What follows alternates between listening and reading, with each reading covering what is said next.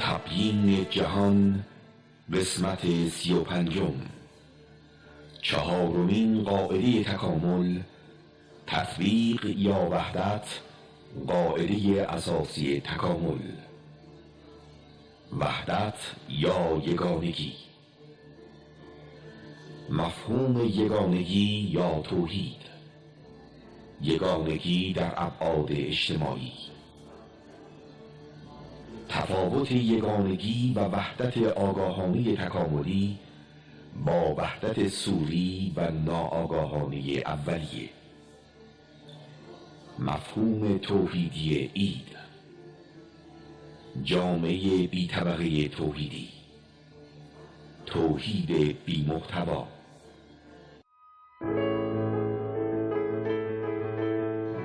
مفهوم یگانگی یا توحید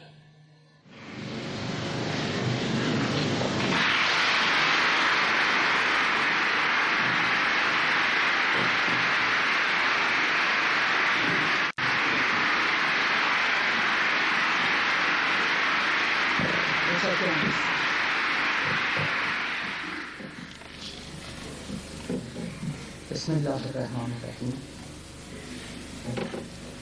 سلام به همه خواهران و برادران. بحثمون در باره قاعده تطبیق،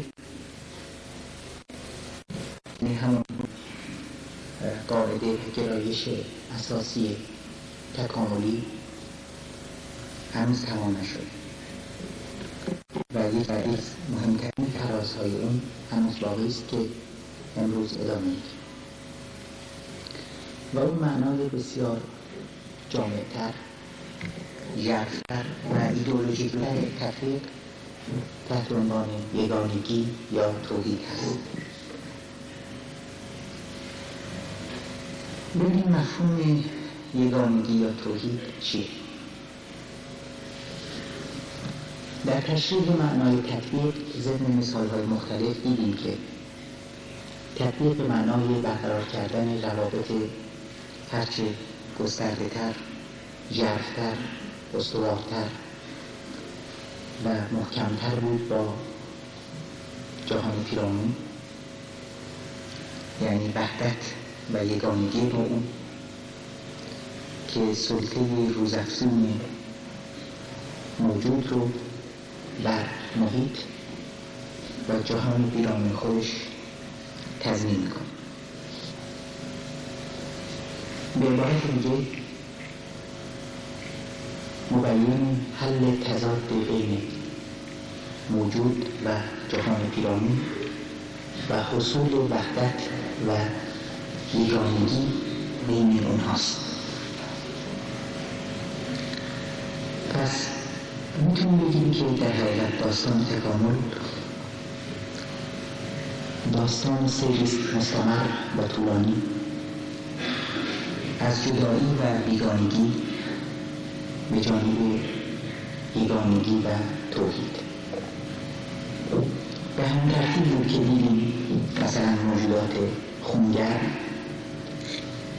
چطور با محیط تطابق بیشتری داشتند، برای اینکه تضادشون رو به نسبت جانوران خونسرد با محیط خیلی بهتر حل می‌کردند و به نتیجه از وحدت و تطابق بیشتری برخوردار شد. بنابراین یگانگی به طور عام مرادف با همون تفریق است و البته دارای معانی و ابعاد بس ژرف‌تر.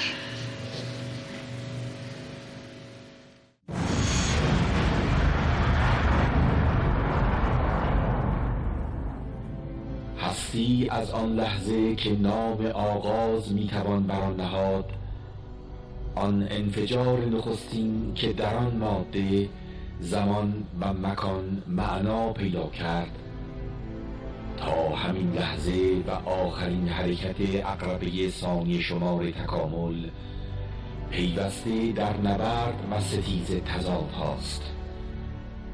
نبرد و ستیزی که در هر گام دو قطب متضاد ماده با یکدیگر درگیر بوده، در نهایت با پیروزی یک قطب پدیده گامی به جلو حرکت می کند و به وحدت بالاتری نسبت به پیش دست می یابد. در حقیقت نبرد اضداد وسیله نیل به توحید و وحدت است. تصویر سرای قهار تکامل در هر مرحله روند جنگ اضداد و نیل به وحدت را با خطوطی روشن بر تابلوی بزرگ هستی نقش داده است.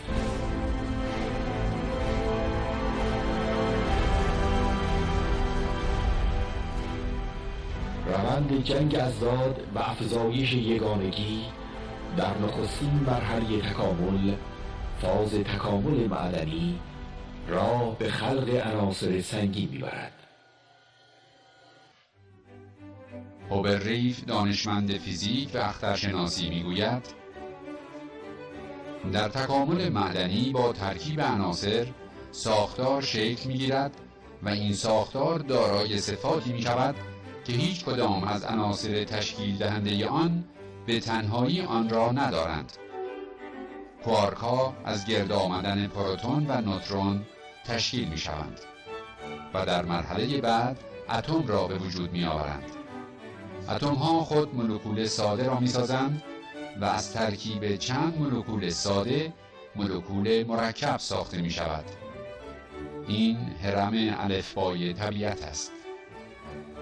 جهان ایستانی است، در حال سرد شدن و انبساط می باشد و از همه مهمتر این که ماده به مرور شکل می گیرد.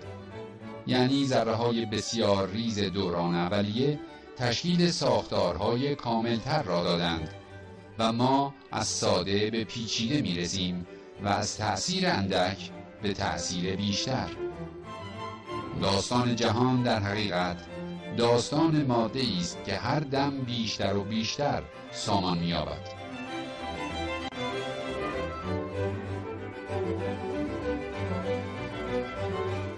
در مرحله تکامل بیولوژیک، کارگاه تکامل به خلق اندام‌هایی می‌پردازد که توان انطباق و یگانگی موجود زنده با محیط پیرامون را هر دم می‌افزاید. دکتر ژوئل دروزنای میگوید در دنیای زنده سلول‌های گرد هم آمده بر مبنای محل قرار گرفتن خود در کالبد از یکدیگر متمایز گردیدند. پاره‌ای متخصص حرکت شدند، گروهی وظیفه هضم را به عهده گرفتند و گروهی دیگر انرژی ذخیره می‌کردند.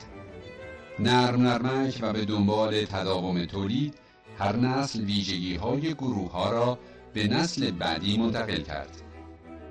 یک کالبد گرد آمده از سلول‌های متخصص بهتر از سلول‌های تنها پایداری می‌کرد و می‌توانست به شیوه‌های گوناگون به تهاجم‌های محیط پاسخ دهد.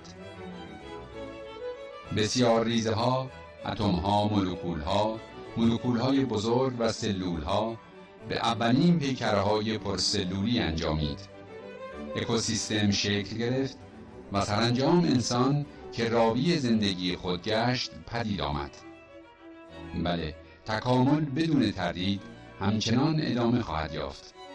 البته از این پس بعد اجتماعی و تکنیکی و علمی نیز خواهد گرفت.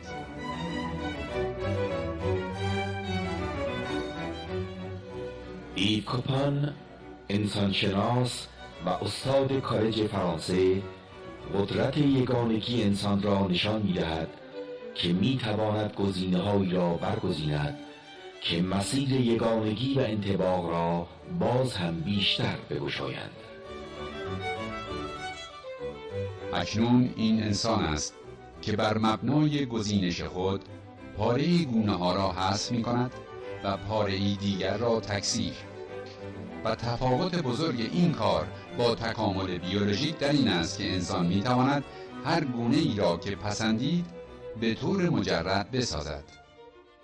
انسان دنیای جدید بالقوه را به وجود آورده است. دنیایی که به وی اجازه می‌دهد کنجکاوانه بیازماید و چیزهایی بسازد که تاکنون وجود نداشته است. به بیانی روشن، تکامل فرهنگی، علمی و صنعتی همان منطقی را دنبال می کند که تکامل طبیعی می کرد.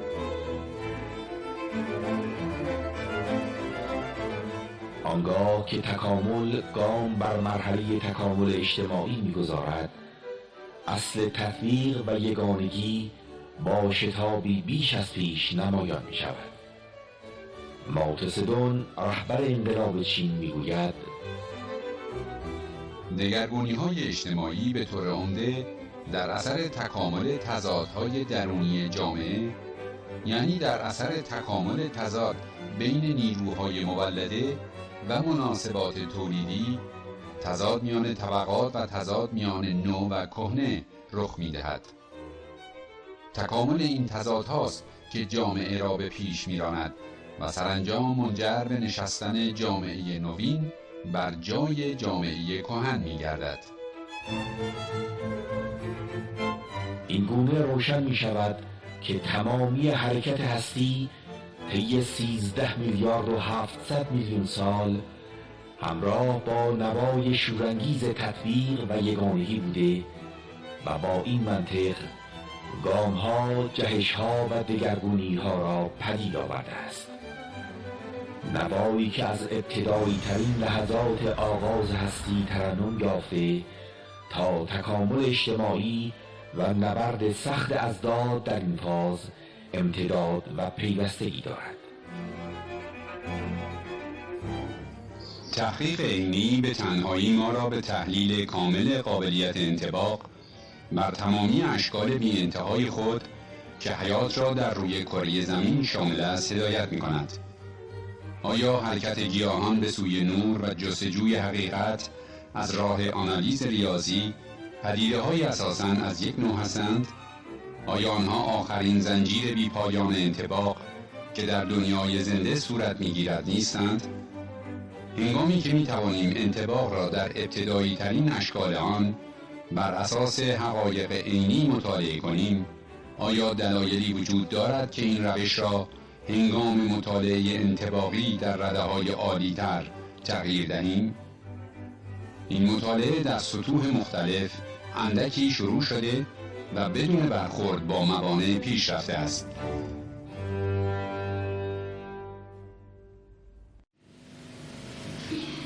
میخواد ازش نتیجه بگیری که به صورت یک اصل عام در همه حیطه ها و قلمرو هستی میشه بستش داد. پس در تمام قلمروها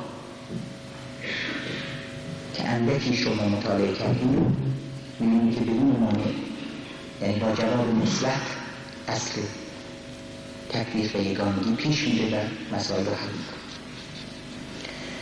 منظور ما هم درک همین تعمیم، یعنی همین قاعده اساسی، همین گرایش اساسی که در سراسر جریان تکامل قابل مطالعه هست و البته به قول پاولوف ما اندکی رو از بسیار مطالعه کردیم.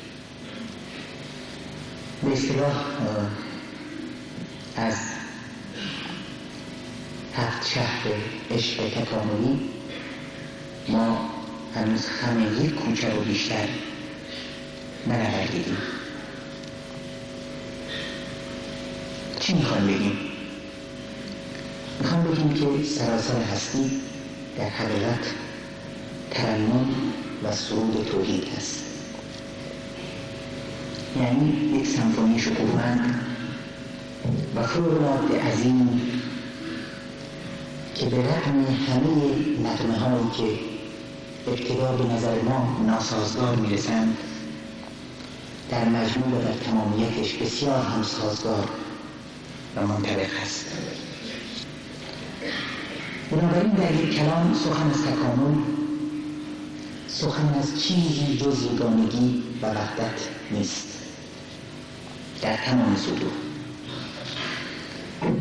ما این روند یگانه ساز توحیدی رو در قلمرو بیولوژیک دیدیم که چگونه اندام‌های مختلف اون روی تا مغز شکل می‌گرفتند و جانور را با محیط یگانه تر می‌کردند.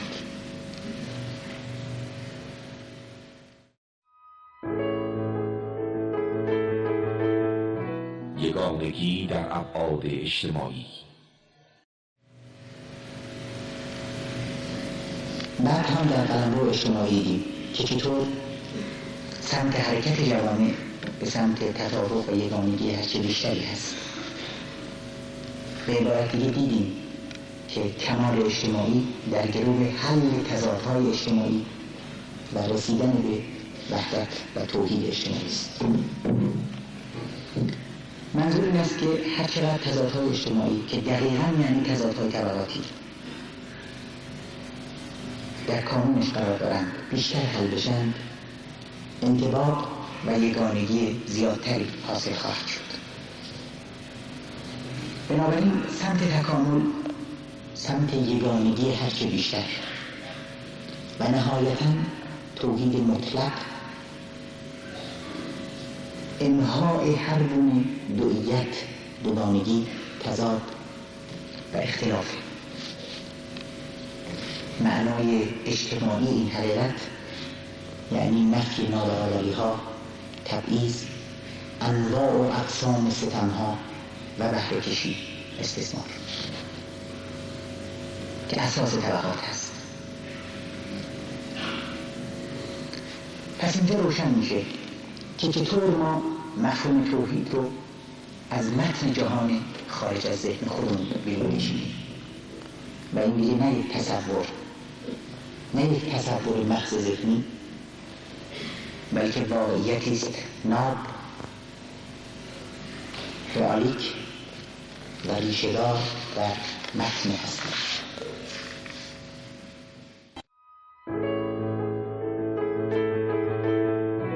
یگانگی در ابعاد اجتماعی. 1. تفاوت یگانگی و وحدت آگاهانه تکاملی با وحدت صوری و ناآگاهانه اولیه.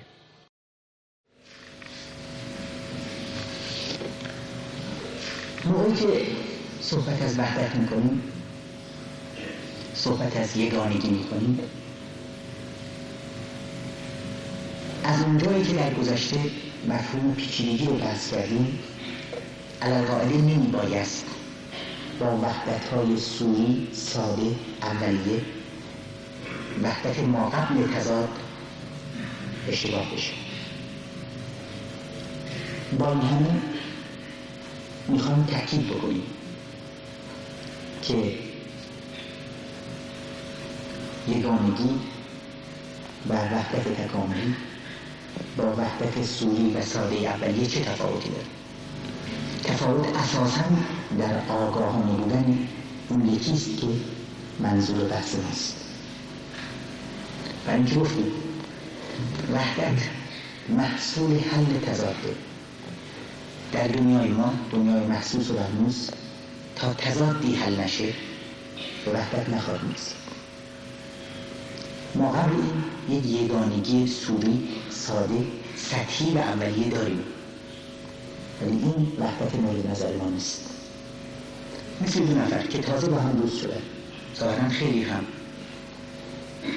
با هم وحدت دارن، شاید اصلا یک پارچه نمیزن بزن، ولی قدری صبر کنیم ببینیم که بعد از اولین برخورد، بعد از اولین انتقاد، بعد از اولین دعوا با هم چه خواهند کرد. اگر دعوا رو، اگر مسئله فی مابین رو به طور اصولی و درست باهاش برخورد کردند و حل کردند، به همین درجه میشه گفت وحدت دارند و این وحدت دیگه وحدت پایدار. بنابراین یگانگی و وحدت مورد نظر ما مرز بسیار مشخصی داره با وحدت‌های پوچ بی محتوا. به عنوان مثال اجتماع اولیه بشری به قول قرآن امت واحد، این هم در یگانگی به سر می‌برد، ولی یگانگی مادون آگاهی.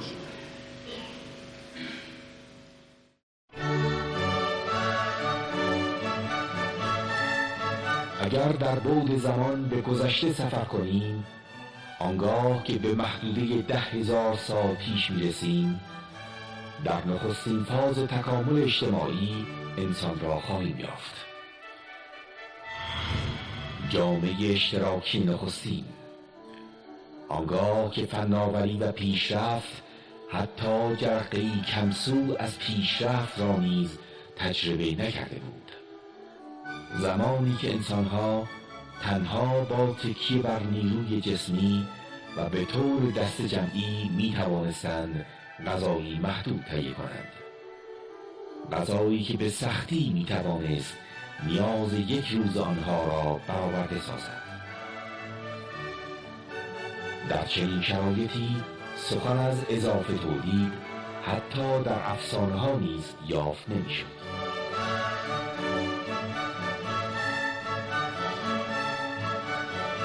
در نظام اشتراکی اولیه، شکل دست جمعی مالکیت بر وسایل و ابزار تولید متناسب با سطح تکامل نیروهای مولد جامعه بود. کشاورزی و دامداری ابتدایی دارای هیچ نوع مالکیتی بجز مالکیت عمومی نبود، زیرا مشکلات عملی زراعت با وسایل ابتدایی، استفاده از تبر سنگی برای پاک کردن جنگل‌ها، کجبیل برای شخم زدن، چوب سرتیز برای حفر زمین و راندن حیوانات به داخل حصارها جز از طریق اتحاد نیروهای تمام افراد جامعه اصولاً عملی نبود.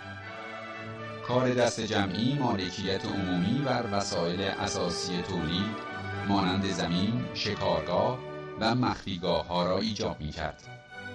قدرت رئیس قبیله ارثی نبود، بلکه کاملاً به افکار عمومی بستگی داشت و همیشه ممکن بود رئیسی معزول شود. از لحاظ ثروت شخصی نیز رئیس قبیله از خویشاوندان خود وضع بهتری نداشت. بدین قرار در نظام اشتراکی اولیه هیچ گونه سازمانی شبیه به حکومت وجود نداشت. اداره طایفه و قبیله از یک الگوی دموکراسی طایفه‌ای، یعنی شرکت برابر همه اعضای جامعه در امور طایفه یا قبیله، پیروی می‌کرد.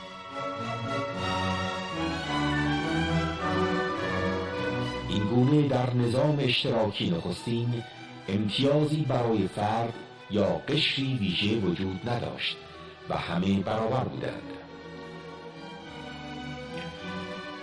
اما هنگامی که عرابه زمان از کوره راه‌های پرفراز و نشیب تاریخ عبور کرد، آنگاه که نخستین ابزارهای تولید با تکیه بر هوش و خلاقیت انسان ساخته شد و تکامل یافت، وضعیت دگرگون گشت. ابزارها رشد تولید در کشاورزی و شکار را فراهم ساختند.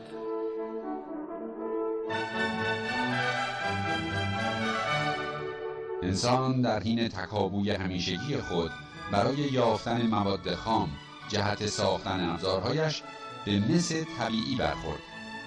فلزی که میتوانست در زیر ضربات چکش سنگ چخماقی تغییر شکل دهد. انسان از این خواص استفاده کرد و آموخت چگونه از مس، تبر، چاقو، پیکان و سرنیزه بسازد.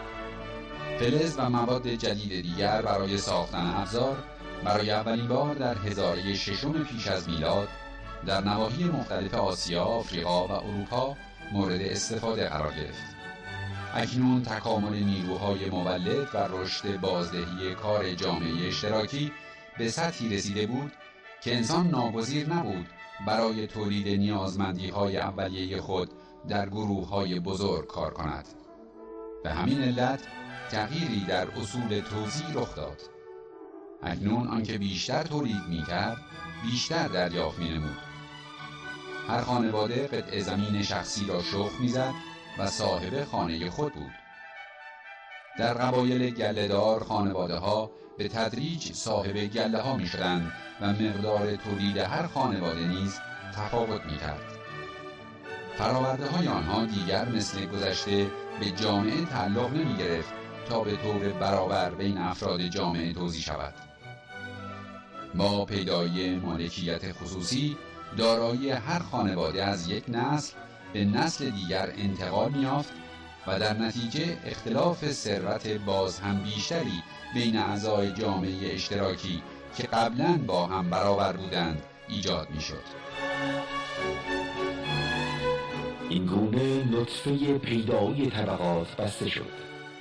دیگر آن همسانی و بیرنگی گذشته به سان خورشید که هنگام غروب آرام آرام پرده نورش را از روی زمین برمی‌چیند ناپدید می‌گشت. اما این تمام داستان نبود.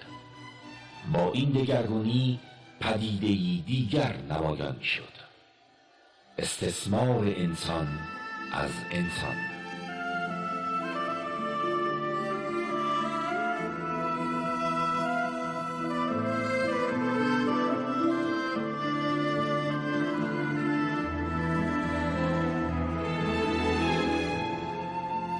رشد بازدهی کار که ناشی از تکامل نیروهای مولد بود، سبب حقوق مالکیت بر خود تولید کننده یعنی کارگر شد. هنگامی که بشر تنها قادر به تولید حداقل نیازمندی‌های خود بود، استثمار فرد از فرد امکان نداشت. به همین علت بردگان اسیر شده را بیدرنگ می‌کشتند. ولی با افزایش بازدهی کار وضعی پیش آمد که مطابق آن هر اسیری می‌توانست بیش از میزان معاش روزانه خود تولید کند. بخشی از جامعه با به کار واداشتن اسیر برای تأمین زندگیش و محروم کردن او از سهم محصول اضافی توانست تولیدات او را تصاحب کند و بدین طریق او را استثمار نماید.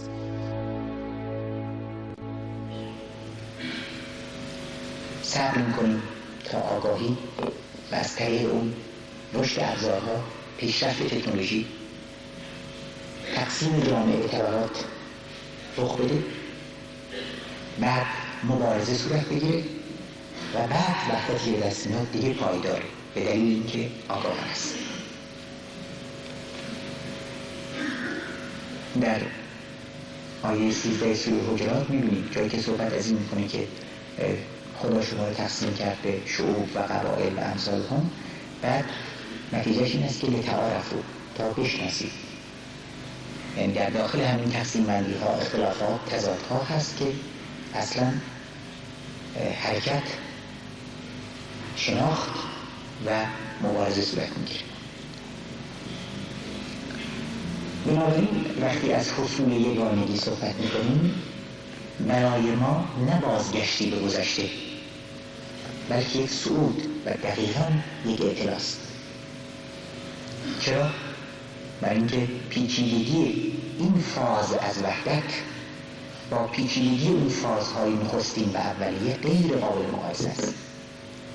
اونجا سادگی به سمت سادگی مطلق میل می‌کنه، اینجا به سمت نهایت پیچیدگی.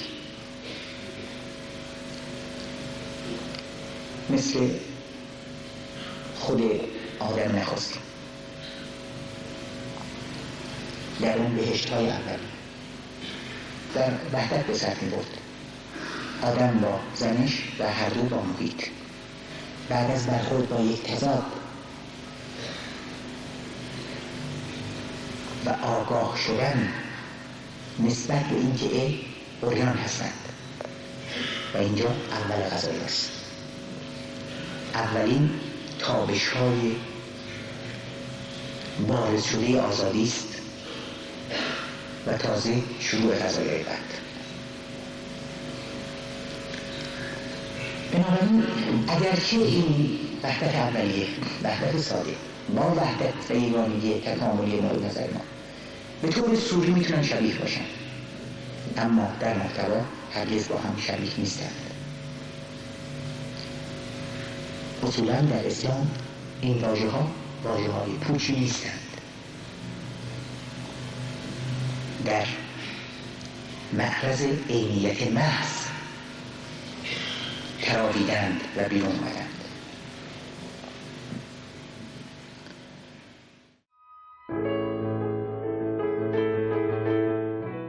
یگانگی در ابعاد اجتماعی.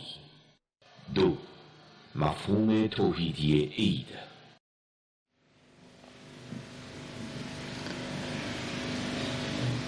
یکی از همین واژه‌ها واژه عید است. از مصدر عود و بازگشت، نه بازگشتی به گذشته، بهترها یا دور، ابدا بازگشت به فطرت و ناموس نهایی. نه که جهان فطرت نخستینش در وحدت و یگانگی است به اعتقاد قرآن. بنابراین صحبت از عید چون که یکی از کتاب‌های لغت میگه یعنی نو شدن، نه تکرار، نه قهقرا. چون که در قرآن میگه قل جاء الحق و ما یبدی الباطل و ما یرید. باطل نه مجددا آغاز میشه و نه باز میگرد، چرا که اگر بازگشت به اون معنا بود باید پس باطل هم باز میگشت. بنابراین هر عید یادآور روز و یومیست که در اون تازیانه‌ای به اسب تکامل خورد، گامی به سوی جلو برداشته، چرا که هر قدم متعالی سمبل عیده، یعنی حصول اون وحدت گمگشته در فازی بسیار عالی‌تر، فاز آگاهی. چون که ما از اون مرحله ساده اولیه خروج کردیم، بیرون آمدیم و در مجموع به سمت تکامل رهسپاریم. و البته بسیار دچار فسوق، خونریزی، افساد و امثال هم خواهیم بود، ولی بعد باز هم به تعادل خواهیم رسید، به وحدت خواهیم رسید. ولی این تعادل این دفعه دیگه تعادل و وحدت دفعه پیش نیست. بنابراین هر عید مبین گامیست به سمت وحدت. پس شایان خرسندیست، شایان مسرت. میتونیم مفهوم واقع گروگانی عید رو در نهج البلاغه از قول حضرت علی ببینیم. در بعضی آیات و حتی نه یک عیدی به خصوص حضرت علی این کلام رو میگفت: انما هو عید لمن قبل الله صیامه. این عید کسی است که خدا روزش رو قبول کرده. یعنی چی؟ یعنی اگر مصلحت تکاملی داشته روزه و این به اون دست یافته، برای اون عید هست. و شکر قیامه، و همینطور در مورد نمازش، پاس نماز اون رو داشته. و کل یوم لا یعصی الله فیه فهو یوم عید. و هر روزی که در اون روز گامی به عقب برداشته نشه، عصیان و سرکشی بر علیه خدا نشه، لاجرم اون روز عید خواهد.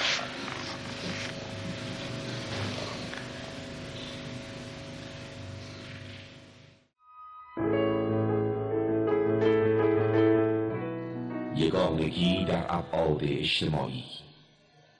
3. جامعه بی طبقه توحیدی.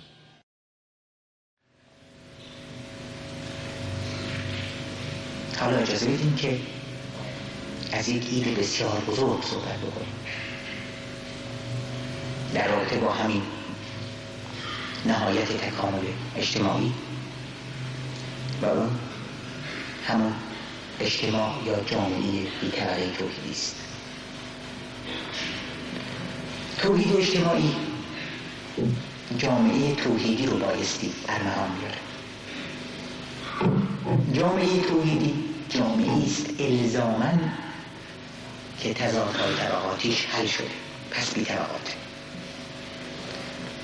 نه که طبقات یا بالا و پایین و غنی و فقیر بودن محصول استثمار بود، محصول فرعونیت بود، محصول همونهایی بود که خودشون رو به جای خدا و بشریت تحمیل کرده بودند، مثل خود فرعون. به قول قرآن ان فرعون علا فی الارض، برتری جویی کرد در زمین، و جعل اهلها شیعا، مردم رو طبقه کرد، جامعه رو مطبق کرد. پشترش هم توضیح داد. یستضعف طائفة منهم، یک طبقه ای رو ضعیف می داشت، تحت ستم و تحت بهره کشی می داشت. یذبح ابناءهم، پسرهاشون رو می کشت و یستحیی نساءهم، از زناشون هم بهره کشی می کرد، بهره برمی داشت. انه کان من المفسدین، از تباهکاران بود. انرژی ها و استعدادات رو تباه می کرد. پس بنابراین همین رو باید تأکید کنیم که جامعه توحیدی که دقیقاً بر ضد معیارهای فرعونی و فرعونیت هست بایستی بدون طبقات باشه و الا چه یگانگی، چه وحدتی. حتی در همین نشست‌ها ما زیاد اشاره کردیم به چنین جامعه‌ای و البته از تکرارش هم خسته نمیشیم. و این واژه بی‌طبقه توحیدی به همون مقدار برای ما ضروری است که امروز جدا می‌کنیم میگیم اسلام علوی.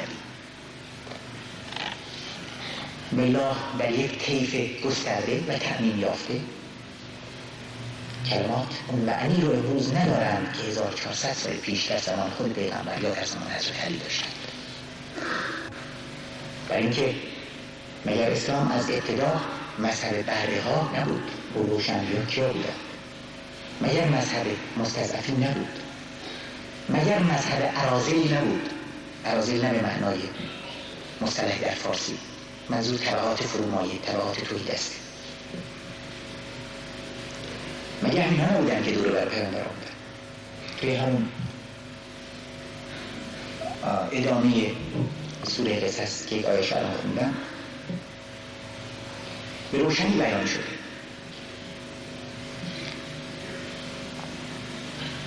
در همون آیه سوره قصص مفهوم مستضعفین هم البته روشنی بیان شد. چیزی که میخوام روش تاکید بکنیم و در سراسر قرآن هم واضح هست که الان نمونه‌اش رو میخونم، از نوح تا امروز، از نوح تا پیامبر آخر، ببینیم داستان از چه قرار بوده. فقال الملأ الذین کفروا من قومه ما نراک الا بشرا مثلنا. قدرتمندان روز، صاحبان قدرت سیاسی، همین هایی که کفر می‌ورزیدند ایستادن جلو نوح و گفتن ما تو رو یادم می‌دیم از خودمون. این ادعاها چیه؟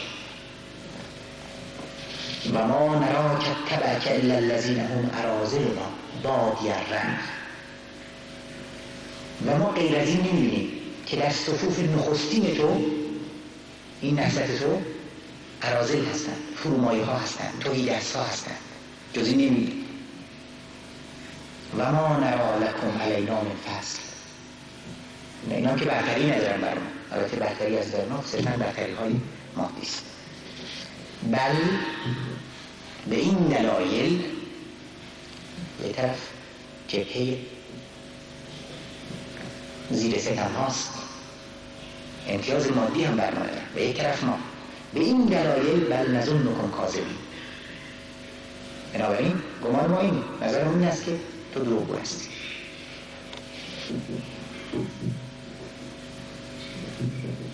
خب وقتی توحید از این مجاری عبور میکنه در جامعه، وقتی که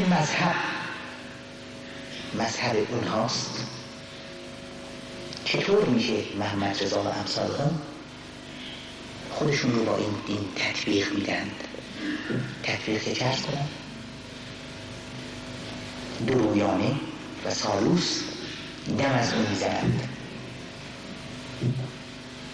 آیا این کار رو میتونستن در زمان نوح بکنن؟ در زمان خود پیامبر اسلام بکنن؟ به این دلیله که گفتم همچنان که اون تأکید روی اسلام علوی ضروری است، این تأکید بی‌طبقات هم به نظر ما ضروری است. و خوشبختانه اسلامی که سمبول‌هاش حضرت علی است، حضرت حسینی، اسلام علوی حسینی و اسلام جعفری جایی برای تردید باقی نگذاشتند. حتی در همون زمان خصوصیات اون جامعه آرمانی و ایدئال رو که مبین توحید اجتماعی است بیان کردند که در هر کتابی هم قابل دسترسی است. گرچه بسیار گفتیم و تکرار کردیم، اما بگذارید باز هم بگیم و چرا که نگیم دعوا بر سر دو نوع اسلام. یکی اسلام طبقاتی، یکی اسلامی که صرف نظر از هر کلاه شرعی بالاخره از استثمارگر دفاع کنه، و یکی اسلام ناب، اصیل، راستین، مردمی که ضد طبقاته، ضد بهره‌کشی. معنی حرفاش هم میفهمه. وقتی میگه ضد استثمار میفهمه که بسیاری که دم میزنن از نفی استثمار آیا معنیش رو میفهمند؟ آیا به الزاماتش پایبندند؟ بذاریم تصریح کنیم حتی اونهایی که اسلامی به نسبت ترقی خواهان کردند مسئله بسا فراتر از اون که اونها حتی تصور حلش رو داشته باشند. بنابراین که رسد به تصریح مسلح شدن به یک اسلام ضد استثماری هم نه در شعار و نه در حرف. مسئله ساده است. میتونیم از همه مدعیان اسلام ضد استثماری که میگن ما ضد استثمار هستیم سوال بکنیم. یک سوال ساده که نفی استثمار با مدد چه طبقات و نیروهایی در جامعه میخوان پیش ببریم و کدام نیروهای سیاسی قادرند تا آخر خط بکشند. آیا گمان ما هم بر اینه که در این شرایط پیچیده امروز بین‌المللی مبارزه ساده است؟ هدایت مبارزه ساده است؟ خب پس با سوال ادامه میدیم. مشخصات اون نیروهایی که میخوان تا آخر بیان چیه؟ رابطه وحدت و تضادتون رو با نیروهای مختلف، گروه‌های مختلف چطوری رسم می‌کنید؟ و البته کسی بخواد به این سوال‌ها جدی جواب بده، اول از هر چیز بایستی تعارف رو کنار بذاره. بنابراین بس اونقدر ساده نیست که ما بیایم و در همینجا ختمش بکنیم که بله یگانگی اجتماعی سرانجام از چنین جایی خواهد گذاشت. اینطور نیست. بگذاریم معیارها رو مرور کنیم، ملاک‌هایی رو که بایستی در مسیر یگانگی اجتماعی سرانجام بهش برسیم اینها رو مرور کنیم. مرور اینها به ما امکان خواهد داد که خیلی از دعاوی و داعیه ها را از آغاز ارزیابی کنیم و براش ملاک داشته باشیم.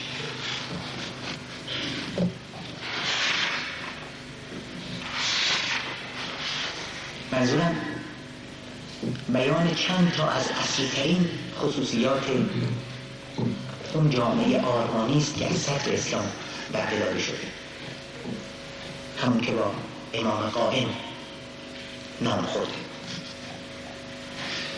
چی مهمترین ویژگی‌هاش؟ ویژگی‌هایی که الزام آور میکنه امروز برای ما که وقتی صحبت از جامعه توحیدی میکنیم تأکید بکنیم و تصریح بکنیم که بی‌طبقات هست. اول حد اکثر رشد تکنولوژیک، پس جامعه پس افتاده نیست.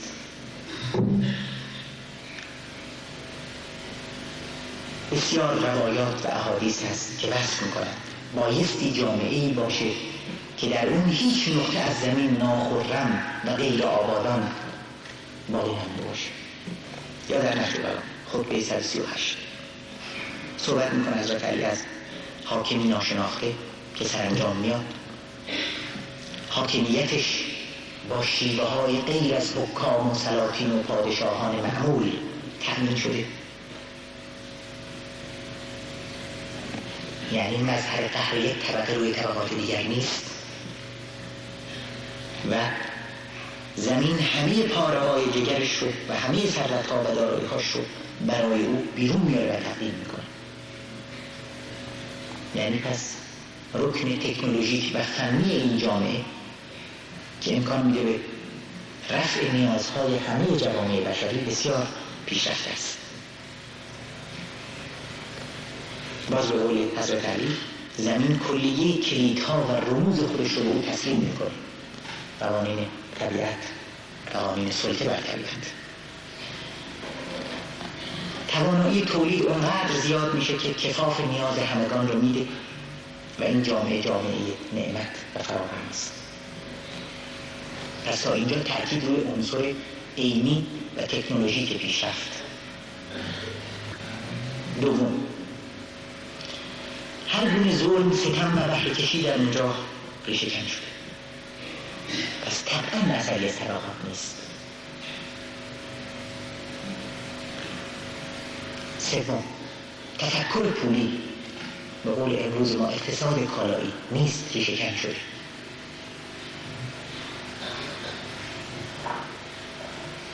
به اصطلاح معمول مردم با صلوات جنس می‌خرد.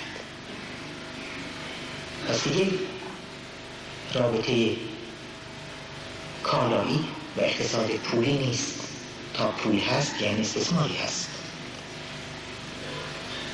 پس یعنی بشریت با آنچنان بلوغی بالغ شده، با آنچنان بلوغی رسیده که دیگه محرکات مادی انگیزش برای تولید نیست. بایستی به معیارهای متعالی‌تری رسیده باشه. البته برای ما سخت نامفهومه، چون ما در اقتصاد پولی و در جامعه کالایی قوطه میخوریم. چهارم، هیچ زمینه و محلی برای جنگ، برای کشتار، خونریزی و سرکشی و تجاوز باقی نیست و در سراسر عالم صلح و صفا برقرار. مگر میشه تا وقتی ستمی هست، ظالمی هست و مظلومی جنگ نباشه؟ این یعنی صلح پایدار. پنجم، فروریختن مرزهای قومی، ملی، نژادی و طبقاتی. یک بار صحبت کردیم که اینشتین چقدر ساده میخواست حکومت جهانی واحد رو برقرار بکنه و گفتیم که منهای ریختن این مرزها به چنین چیزی نخواهیم رسید. این همون زمانی است که به اون هدفها دست خواهیم یافت. ششم، با این تغییرات در بنیادهای جامعه خیلی طبیعی است که همه مفاسدی از قبیل فحشا، سرقت، خیانت، دزدی و امثال آن باید ریشه کن شده باشند و بنابراین در روانشناسی بشری اثری از عقده‌ها، کینه‌جویی‌ها نیست. همینطور از حسادت‌ها، سودپرستی‌ها و منطق طلبی‌ها. و اینها هستند سیمای قسط. توحید اجتماعی در یک کلام در فرهنگ انبیا تو قسط خلاصه میشه. جایی که به تمام نیازهای راستین و نه کاذب انسان پاسخ گفته میشه.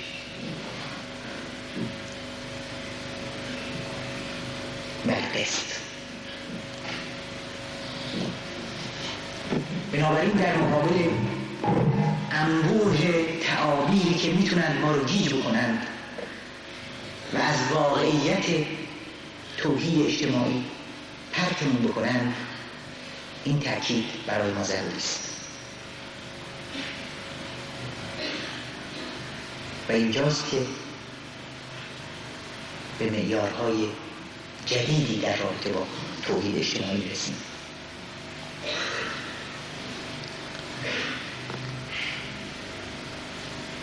خب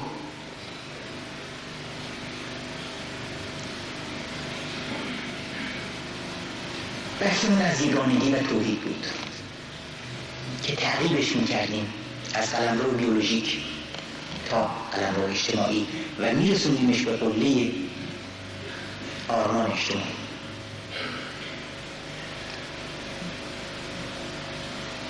نکته دیگری رو هم میخوام نتیجه بگیریم. که با روشن شدن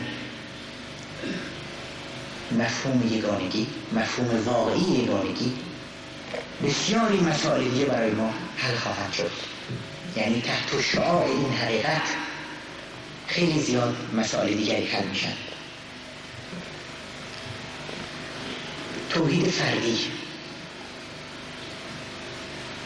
یعنی پس حل تضادها و تناقضات درونی انسان، اهم از تناقضات مربوط به شناختاش، تضاد بین جهل و علم یا بین غرایزش و تمایلات عالی‌تر. توحید اجتماعی رو هم دیدیم.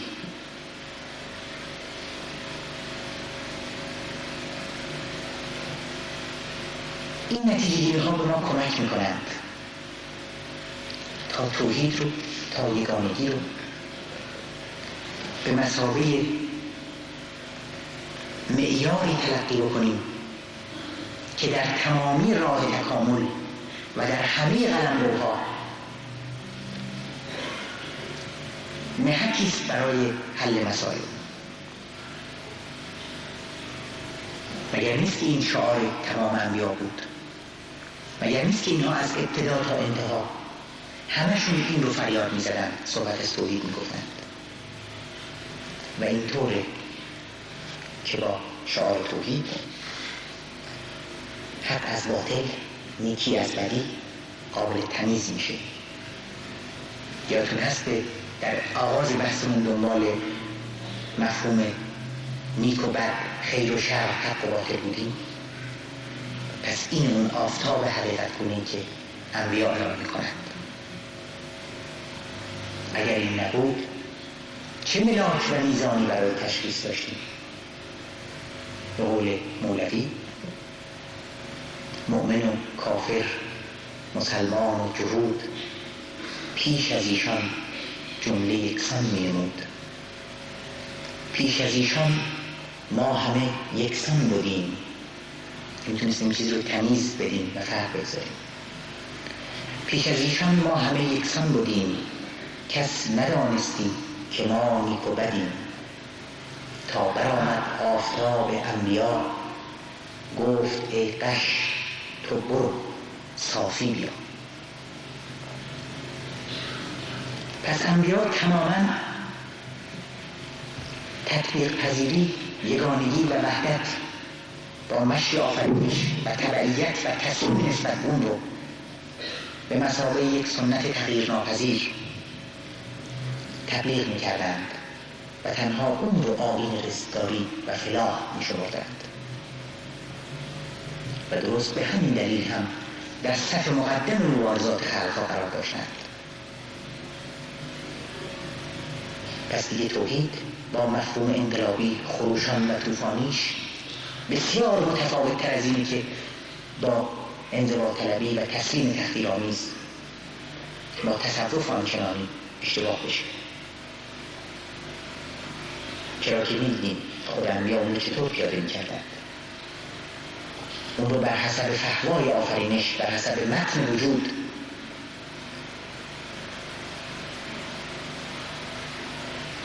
منعکس می‌کردند در جامعه و این معنا را ازش می‌گرفتند که امحاء و نفی همه عوامل بنده‌ساز، همه اون چیزهایی که می‌خوان یگانگی رو به هم بریزند،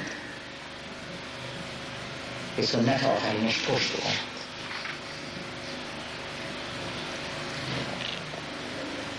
پس ادامه این سوالاتی که در فهم واقعی معنای توحید می‌کردیم، حق نداریم بپرسیم چطور میشه در همین کشور خودمون دم زد از توحید، دم زد از نفی استعمار و استثمار، ولی یک نیروی انقلابی رو کشت، زد، بست، به زنجیر کشید و منافق خوند. این امکان داره؟ چطور امکان داره؟ مگه غیر از این که وقتی از قطب انقلاب دور بشیم الزاماً به قطب ارتجاع نزدیک خواهیم شد؟ ولی به هر حال خوشبختی و مسرت انقلابی در اینه که سرانجام آرمان انبیا به تحقق خواهد پیوست. همون جامعه‌ای که توصیفش رو خوندیم، صحبت کردیم.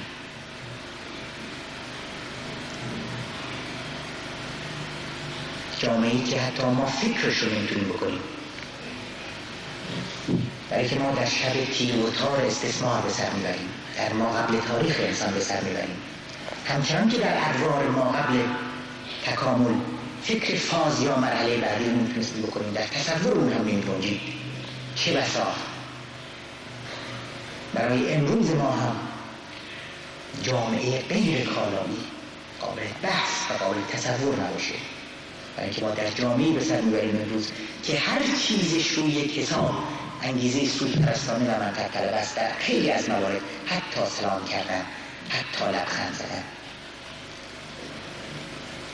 مگر این که بتونیم خودمون رو با استقلال اختیاری که انسان داره، فرد انسانی داره، از چنین جامعه بیرون بکشیم، برش خروج بکنیم، برش برشوریم و در مسیری بیفتیم که بتونیم سیمای توحید رو در خودمون زنده کنیم.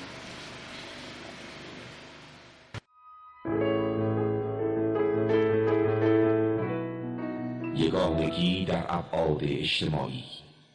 4. توحید بی محتوا.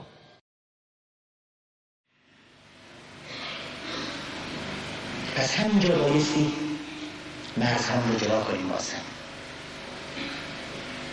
توحید واقعی رو، توحید اصیلی رو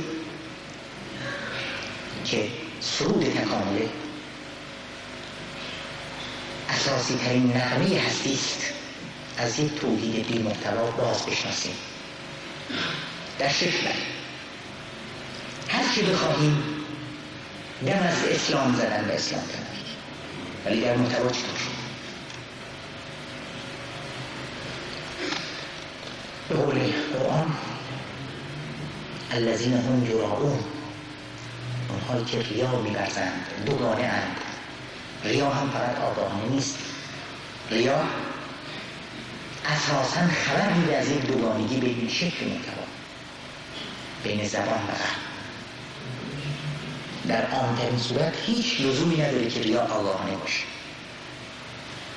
ناآگاهانه هم میتوان ریا ورزید، میتوان دوگانه بود، از چیزی حرف زد که در ما نیست. الذین هم یراؤون و یمنعون الماعون، دوگانه‌اند. بارزترین خصوصیت این دوگانگی به قول خود قرآن این ریا که در ارایت الذی یکذب بالدین، کسانی که تکذیب میکنند دین رو، اونها است که منع ماعون میکنند، ماعون رو انحصار طلبانه به خودشون اختصاص میدند. ماعون چیه؟ بگذاریم از پدر بخونم. در تفسیر سوره ماعون، در تفسیر همین 2 آیه که خوندم الذین هم یراؤون و یمنعون الماعون، که در طالقانی اینطور نوشت: این 2 آیه عطف بیان و جواب از سؤال مقدری است، عطف به آیات قبلی. آنها که نمازگزارند و از روح نماز دور و غافلند، چرا نماز می‌خوانند؟ تا خود را به ظاهر و صلاحی بیارایند و تا در صف نمازگزاران وارد شوند و خود را بنمایانند و از برکات اجتماع آن پاکدلان بهره‌مند گردند. به گفته یکی از مصلحین غرب درباره ریاکاران کلیسایی، انجیل مقدس می‌دهند و منابع ثروت و سرمایه‌ها و طلاها را می‌برند. اگر اینها نمازگزاران با اخلاصند، چرا مانع ماعون می‌گردند؟ از معانی لغوی و مورد استعمال لغت خاص ماعون که شرح داده شد، معلوم می شود که معنای اصلی آن مطلق منابع فیاض طبیعت است و سپس به آلات و وسایل عمومی تولید و زندگی که برای همه فراهم نمی شود و باید در دسترس باشد نیز اطلاق شده.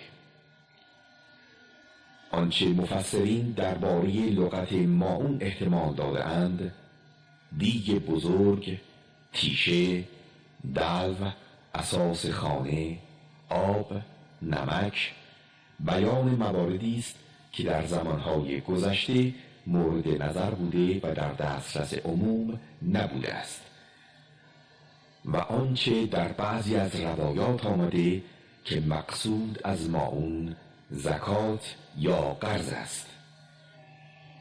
گویا نظر به حق قانونی و عمومی است که بر کسانی که بیشتر از سرمایه‌های عمومی بهره مندند.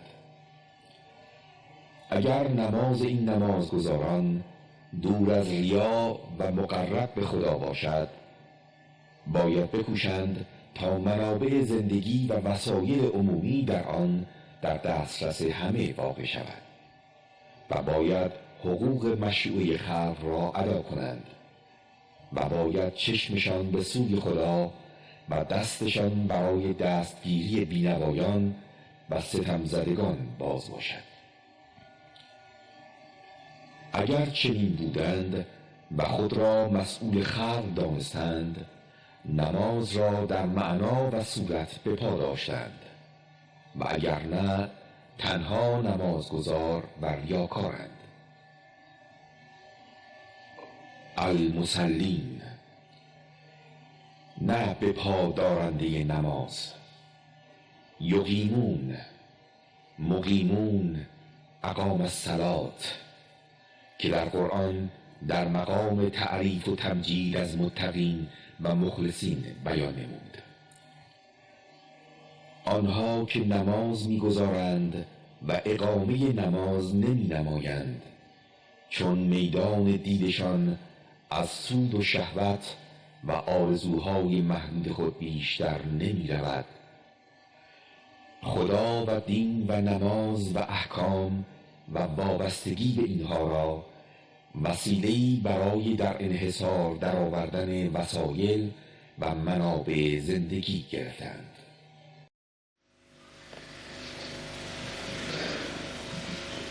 به پادارندگان نمازی که پیوستگی با خالق و خلق است منشأ برکت و رحمت و خیرند و اینها حساب طلبان سزاوار ویل وای، همان ویلی که سزای ربایندگان اموال مردم از طریق کیل و وزن است، ویل للمطففین، و سزای سرکشانی است که شخصیت دیگران را در هم میشکنند و اموالشان را میبرند، ویل لکل همزة لمزة. رجوع شود به شرح و تفسیر این آیات که جای دیگه تفسیر کردن. هر یک از اینها به صورتی و از راهی حقوق حیاتی و سرمایه عمومی مردم را می‌ربایند. ربودن حقوق حیاتی مردمی با گردنکشی و زور، مردمی به وسیله ترازو و داد و ستد، گروهی با چهره نماز و دین. از نظر قرآن کریم همه اینها سزاوار نفرین ویل و محکومند، یا باید اصلاح شوند و یا اجتماع مسلمانان از آنها پاک گردند. فعل یمنعون اشاره به این دارد که ماعون به وضع و اقتضای طبیعی برای انتفاع عموم است و آنچه آن را محدود و عموم را از بهره برداری محروم می‌دارد همین مردمان مانع و متجاوزند. پس برای برگشت به وضع اصلی و طبیعی که تأمین منابع ثروت است باید این مانع‌ها برکنار شوند و دستشان کوتاه گردد و دیگر قانون و اصلی و مجوزی مورد ندارد. هر مجوزی و اصلی هم که مدعیش باشند پس بنابراین مورد ندارد. و درست در همین است که ما جدا می‌کنیم توحید واقعی رو، توحید ناب رو، توحید خالص رو از توحید بی محتوایی که مورد ادعای سرمایه‌داری یا خود سرمایه‌داری است.